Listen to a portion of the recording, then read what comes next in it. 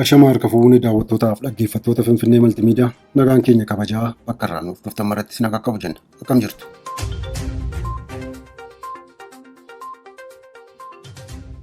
Muummichi Ministeeraa Itoophiyaa Dr. Abiy Ahmed badhaafaman.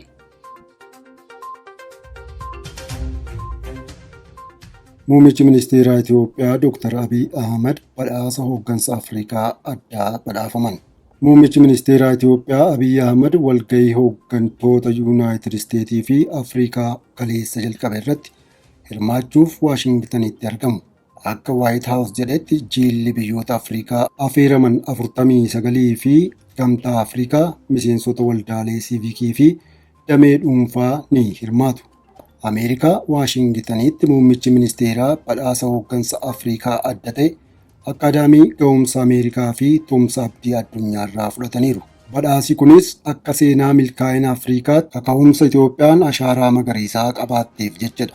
Kaka'umsa ashaaraa magariisaa waggaa 4 erga hojii irra oolee booda lammiilee Itoophiyaa miliyoona 25tti tilmaaman guutuu biyyattiitti sochoosuun biqiltuu biliyoona 25 dhaabne. Kunis lammii Itoophiyaa tokkoof biqiltuu 250 waliin ga'uudha jechuun muummichi ministeeraa Abiy haasawa simatama isaanii dhageessisaniin dubbataniiru.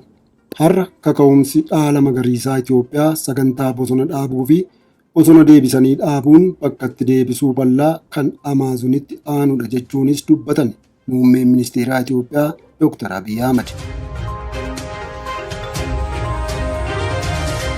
Oduu ispoortiitiin Qatar 2022 waancaa addunyaa Liyoonel Meesii jedhamuuf tapha tokko qofatu hafe.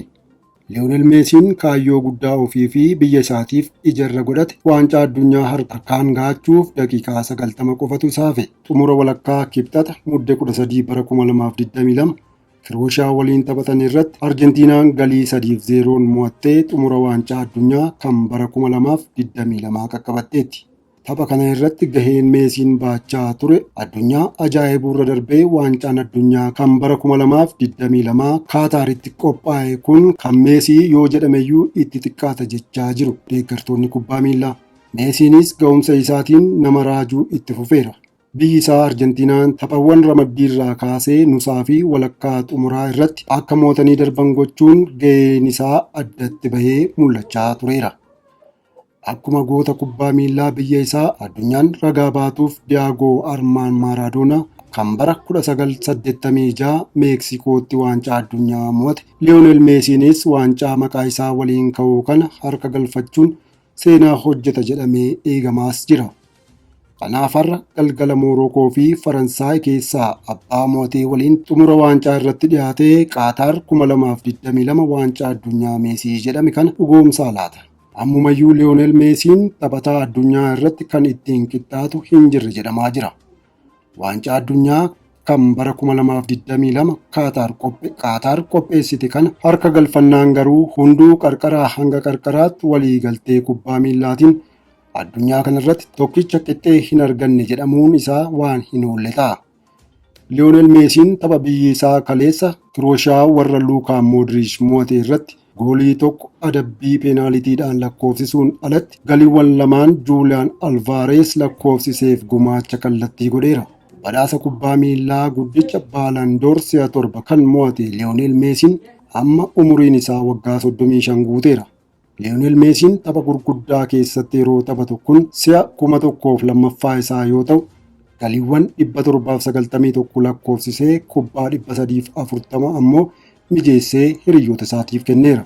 Baarseloonaa waliin waancaa 35 kan argate Liyoonel Meesiin kilaba Faransaay amma keessa taphachaa jiru Paaris Saint-Germain waliinis bara darbe waancaa liigii Faransaay tokkoffaa mo'ateera. Biyya isaa Arjentiinaa waliin ammoo bara 2021tti Kooppaa Ameerikaas mo'ateera. Liyoonel Meesiin ofiidhuma isaayyuu waancaan addunyaa kan bara 2022 dilbata dhufu xumuramu kun biyya isaa Arjentiinaaf waancaa addunyaa irratti dhiyaatee taphatu isa dhumaa akka ta'es amana. Jiruu kubbaa miilaa waancaa addunyaa tapha xumura waancaa irra ga'ee taphadhee xumuruu kootiif baay'een gammada. Kun dhugaa dubbachuuf baay'ee nama gammachiisa. Turtiin koo waancaa addunyaa keessatti dabarsa yeroo Arjentiinaa keessatti akkas gammadan argitu miira addaa kan qabudha. bara kanarraa kaasee hanga tapha isa itti aanutti jechuunis waancaa addunyaa kan bara 2026 gahutti waggaa baay'eetu jira. Kanaaf sana nan taphadha jedhee hin yaadu. Akka kanatti xumurriin isaas baay'ee gaariidha jedhe taphataan urjii addunyaa keenyaa Liyoonel Meesiin. Egaan hordoftootaaf daawwattoota Finfinnee Maltiimiidiyaa oduun har'aaf isinitti himuuf qopheeffanne kana fakkaata ture. Waan nu hordoftaniif guddaa galatoomaa. Qopheessee kan isiniif dhiyeesse ana Adaanee Tasfaayeeti. Chaanaalii yuutuubii Finfinnee Maltiimiidiyaa laayik, sheer, sabskiraayib godhaa. Finfinnee Maltiimiidiyaa madda seenaaf odeeffannoo.